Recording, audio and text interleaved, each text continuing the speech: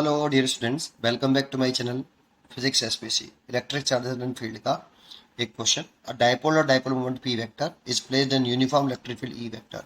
The torque acting on it is given by. चार choice दे रखी है। सॉल्यूशन इजी क्वेश्चन है वैसे तो, लेकिन इसमें एक अच्छा पॉइंट बताऊंगा मैं आपको। मान लो कि ये एक यूनिफॉर्म इलेक्ट्रिक फील्ड है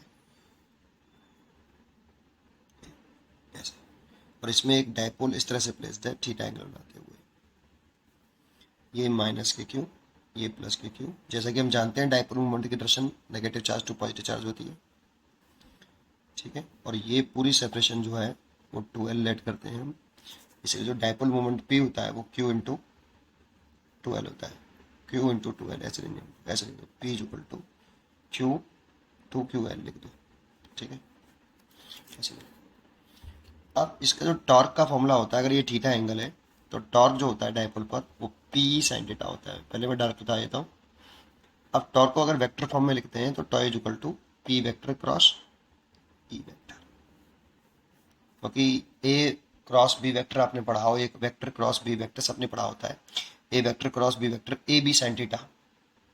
इसलिए टॉर्क को जब वेक्टर फॉर्म में लिखते हैं तो पी ई साइन थीटा को हम P vector cross E vector, और ये टॉर्क भी एक वेक्टर क्वांटिटी है तो ऐसे लिख देते हैं। इसलिए इसका आंसर जो है बी। लेकिन इंपॉर्टेंट है कि पी क्रॉस ई क्यों, ई क्रॉस पी क्यों नहीं। पी क्रॉस ई तो ठीक है, ई क्रॉस पी क्यों नहीं, तो उसको समझने के लिए थोड़ा सा समझना पड़ेगा। फिर समझते हैं।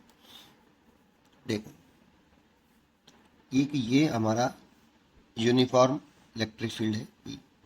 वैसे तो इसका आंसर ये हो गया, सबको पता है, ये इजी क्वेश्चन है, सब टिक कर देते हैं फटाफट। लेकिन रीजन समझना हो कि ऐसे क्यों लिखा तो वो समझते हैं थोड़ा सा। तो देखो, ये आपका प्लस के क्यू है और ये माइनस के क्यू। तो जब पॉजिटिव चार्ज इलेक्ट्रिक फील्ड के अंदर होता है तो उसमें फोर्स इधर लगता है इलेक्ट्रिक फील्ड की डायरेक्शन में क्यू ई, और नेगेटिव चार्ज पार्टिकल पर फोर्स इलेक्ट्रिक फील्ड के अपोजिट डायरेक्शन में लगता है क्यू ई। ये फोर्स है।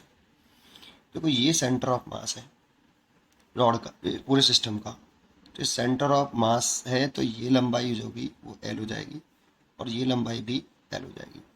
अगर मैं इस फोर्स का टॉर्क निकालूं, टॉर्क का फॉर्मूला होता है आर क्रॉस एफ ये, लेकिन इसका मैग्नीट्यूड लिखते हैं तो आर एफ साइन थीटा होता है ये। और हियर जो थीटा होता है यहाँ पर वो एंगल बिटवीन, जनरल फॉर्मूला ये होता है बेटा R F sine theta, angle between R vector and F vector. Tail tail लेते हैं, ये तो पता ही होगा। तो देखो, आर यहाँ से मेजर करेंगे, टेल आर वेक्टर का यहाँ होगा, आर वेक्टर का टेल यहाँ होगा और एफ यहाँ होगा। मैं इस फोर्स का टॉर्क निकाल रहा हूँ। तो ये टेल हो गया आर वेक्टर का और ये हेड हो गया। इसको एक्सटेंड करेंगे ऐसे। अगर ये थीटा है तो इस वाली कंडीशन में ये भी थीटा होगा, एक्सटेंड कर लेंगे तो ये आर वेक्टर और एफ वेक्टर के बीच में एंगल हो गया। ये ऑल्टरनेट एंगल, देखो ये थीटा, ये और थीटा ऑल्टरनेट, ये करस्पॉन्डिंग हो गया। तो इस वाले फोर्स का अगर मैं टॉर्क लिखूँ, टॉय इज इक्वल टू ये वाला फॉर्मूला लगाऊँ तो आर वेक्टर का जो मैग्नीट्यूड हो गया वो एल हो गया, और फोर्स हो गया क्यू ई, और एंगल हो गया साइन थीटा। अब मैं डायरेक्शन निकालूं तो आर क्रॉस एफ, तो आर से एफ की तरफ छोटे एंगल से घुमा दो, राइट हैंड थंब रूल लगा दो। तो आर वेक्टर पे हैंड रख के छोटे एंगल से घुमा रहा हूँ, आर से एफ ऐसे घुमा रहा हूँ, ठीक है, छोटे एंगल से आर क्रॉस एफ। तो थंब किधर आ रहा है, डाउनवर्ड। ये आपके टॉर्क की डायरेक्शन है, डाउनवर्ड। अब इस वाले फोर्स का टॉर्क निकालो तो देखो, ये टेल यहाँ होगा और हेड यहाँ होगा ऐसे, आर क्रॉस एफ में ये आर वेक्टर हो गया इस फोर्स के लिए। और इसे भी एक्सटेंड करेंगे तो अगर ये थीटा है तो ये वाला थीटा ही आएगा, क्योंकि ये करस्पॉन्डिंग एंगल हो जाएगा, ठीक है। अच्छा, इसके लिए अगर टॉर्क लिखें तो कितना, प्लस, अभी प्लस आएगा या माइनस आएगा वो चेक करनी पड़ेगा डायरेक्शन से। इसकी डायरेक्शन डाउनवर्ड आ रही है, इसकी भी डायरेक्शन अगर डाउनवर्ड आ रही होगी तो प्लस लगाएंगे, और अब बढ़ा रही होगी तो माइनस लगाएंगे। तो आर क्रॉस एफ कर रहे हैं तो आर की तो वैल्यू कितना हो गई एल, और ये क्यू ई हो गया, और एंगल हो गया आपका कितना, साइन थीटा। अब इसकी भी डायरेक्शन निकालें तो आर क्रॉस एफ करना है। तो देखो, आर वेक्टर ये है और आर ये एफ वेक्टर है, तो इधर इधर घुमाएंगे ऐसे, आर क्रॉस एफ। तो आर से एफ की तरफ घुमाया, थंब किधर आ रहा है, डाउनवर्ड डायरेक्शन में। आर क्रॉस एफ थंब किधर आ रहा है, डाउनवर्ड डायरेक्शन में। इसका भी टॉर्क डाउनवर्ड डायरेक्शन में आ रहा है, और दोनों टॉर्क डाउनवर्ड डायरेक्शन में आ रहा है। तो इसका टॉर्क निकाल लिया, इसका टॉर्क निकाल लिया, तो tau is equal to total torque कितना हो गया, दोनों को ऐड कर लेंगे तो 2L/Q/E साइन थीटा। और इस टॉर्क की डायरेक्शन आ रही है डाउनवर्ड डायरेक्शन में, और इसमें 2 Q L, two Q L की जगह पी लिख सकते हैं, तो टू क्यू एल की जगह पर मैंने पी लिख दिया, टॉय इज इक्वल टू आ गया पी ई साइन थीटा, ऐसे। और इस टॉर्क की डायरेक्शन आ रही है डाउनवर्ड। अब मेन पॉइंट आता है कि ये आपका ई की डायरेक्शन है और ये पी की डायरेक्शन है।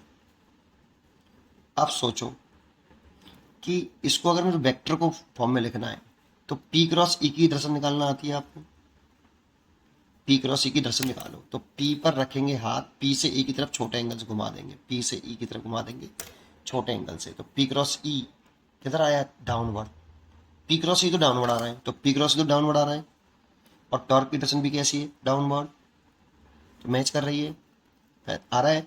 लेकिन अगर मैं ई क्रॉस पी निकालता तो ई पर हाथ रखते और पी की तरफ घुमाते, ई पर हाथ रखते और पी की तरफ घुमाते, ई क्रॉस पी, जो थंब ऊपर की तरफ आ रहा है, थंब ऊपर की तरफ आ रहा है जिसका मतलब इसकी डायरेक्शन ऊपर है, जबकि टॉर्क की डायरेक्शन जो हमने निकाली है, इसी केस में निकाली है, वो किधर की तरफ है, डाउनवर्ड। मैच कर रही है क्या, इसीलिए ये गलत है और ये सही है। इसीलिए इसको हम वेक्टर फॉर्म में जब लिखते हैं, tau vector is equal to P vector cross E vector लिखते हैं। ठीक है, उम्मीद करता हूँ कि आपको ये जरूर समझ में आया होगा। पढ़ते रहिए और खुश रहिए। Thank you.